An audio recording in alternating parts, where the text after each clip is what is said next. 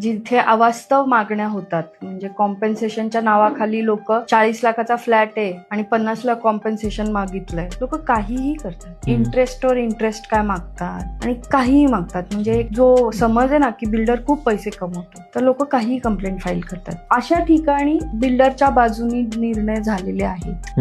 पण अगदीच जिथे बिल्डरची चूक आहे, म्हणजे डिले पोझिशन आहेच, तिथे नक्कीच बिल्डरच्या अगेन्स्टच निर्णय जातात. जे मी म्हटलं ना की रेरा कायदा खूप सरळ सोपा आहे.